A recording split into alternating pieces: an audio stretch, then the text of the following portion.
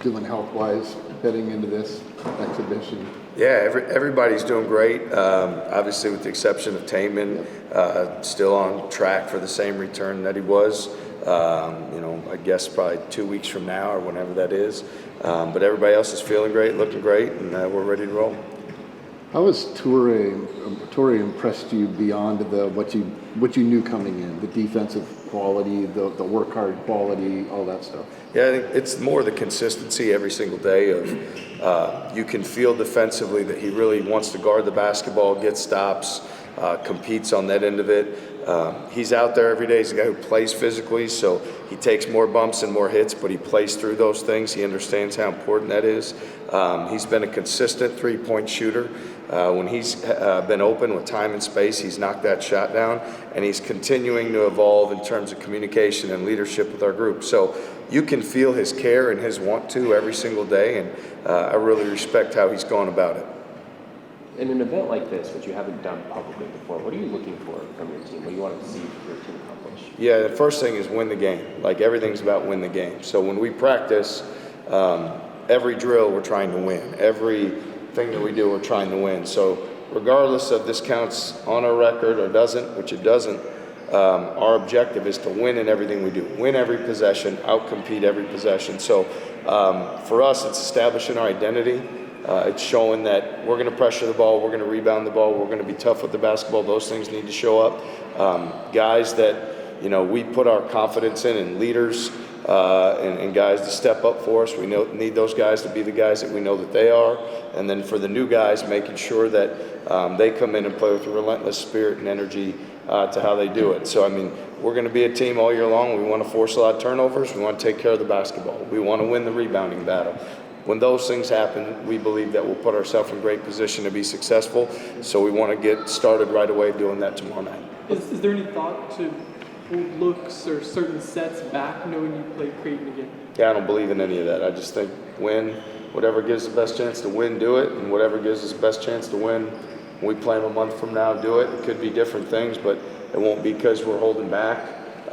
We do everything to win that possession. So, we're a lot more about the tough guy stuff than trying to overthink it.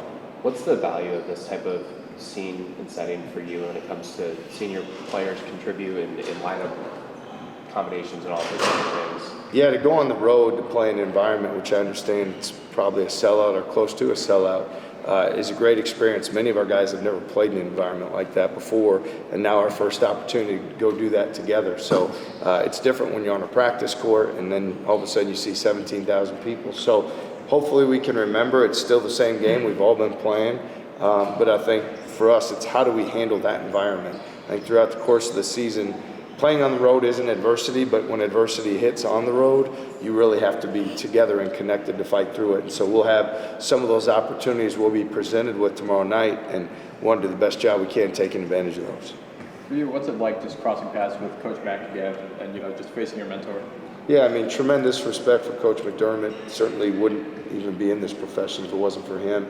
There's always got to be someone that gives you that first opportunity. So the gratitude and thankfulness I have to him for giving me the chance to come here in 2006 with him couldn't be greater. We've maintained a great friendship to the present day. So a lot of respect for him, and pulling for them every night they don't play Iowa State.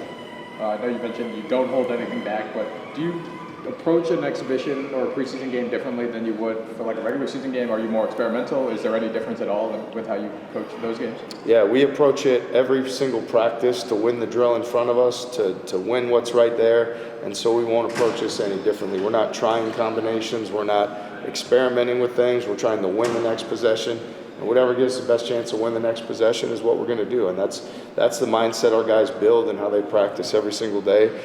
So that's never going to change. Can you explain how this might be different than the secret scrimmages that have been going on for years? Well, the thing in the secret scrimmage is obviously there's bits and pieces of information that come out of that maybe leak out. But it's a lot different when everybody sees it. And essentially, we're starting the season 2.5 to 3 weeks sooner, because now what happens is playing time gets determined. Now what happens is families and coaches and things before the guys are asking, well, why didn't you play more? Why didn't you start? And so some of those things happen that are a challenge.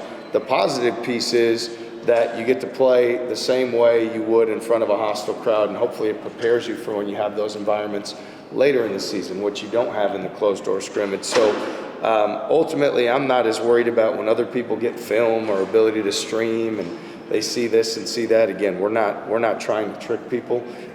We'd be fine if everybody knows all the plays we run and all the defense we run. We just want to do them better and good enough to be successful that next possession. So I think there's different dynamics that come into play because the outside world will start judging what's going on sooner.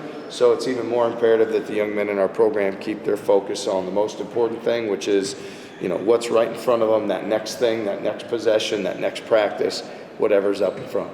You spoke a lot about your 3 other freshmen, but what's your vision for Xavier Mitchell this year, and what have you seen from him so far? Xavier, we recruited him. We knew what a terrific scorer he was, somebody that could make plays, make shots.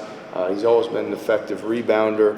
For me right now, the biggest challenge for him is to be a consistent guy every single day, be dependable, be someone you can count on every single day with his actions and how he goes about doing those things. And so that's something he's still working on. I have tremendous confidence in him and who he is as a young man and as a player.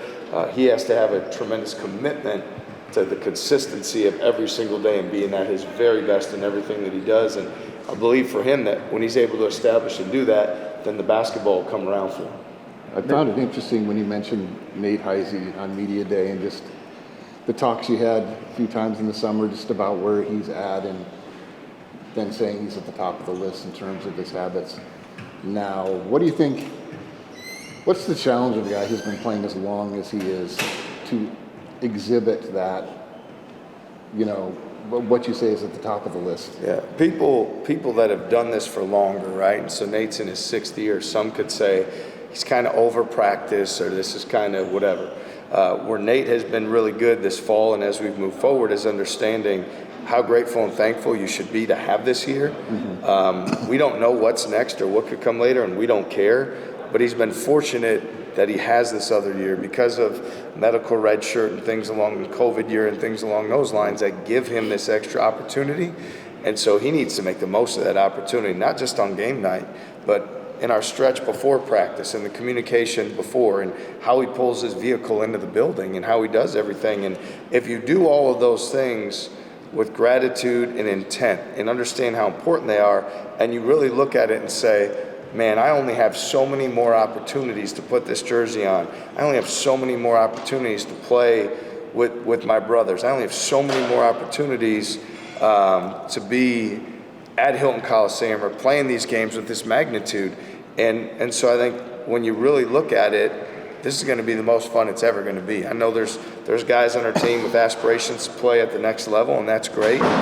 Everybody that I talked to that plays at the next level said these are the most fun times. These are the best times. These are the times you're most connected to your fan base, your teammates, and you have the most fun. So, man, what I want for Nate Heisey is to have the most fun senior year. I want everybody to be able to look at Nate Heisey and say, that guy is having so much fun out there playing basketball. He has a smile on his face, his competitive spirit, his energy with his teammates. Nobody maximized having fun that last year like Nate Heisey did. That's what I want for him. You talked about Coach McDermott a little bit earlier. He's notorious for having a really successful coaching tree. What do you think is his ability to kind of develop coaches around him at such a high level? The first thing I think for Coach is he recognizes talented coaches that have the attributes he's looking to add to his staff.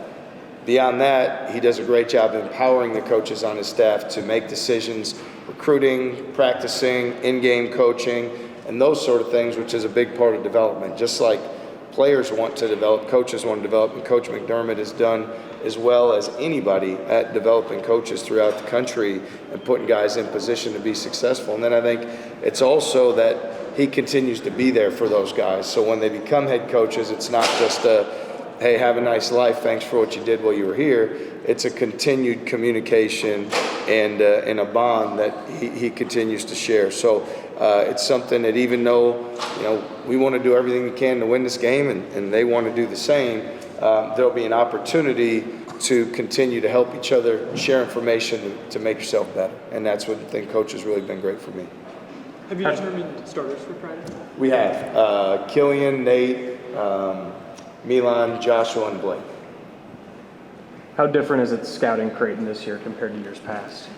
You know, they have an identity just like we do that they try to play to. You know, certainly the personnel is a little bit different. You know, they're dealing with Owen Freeman being out. We're dealing with Taman Lipsey being out.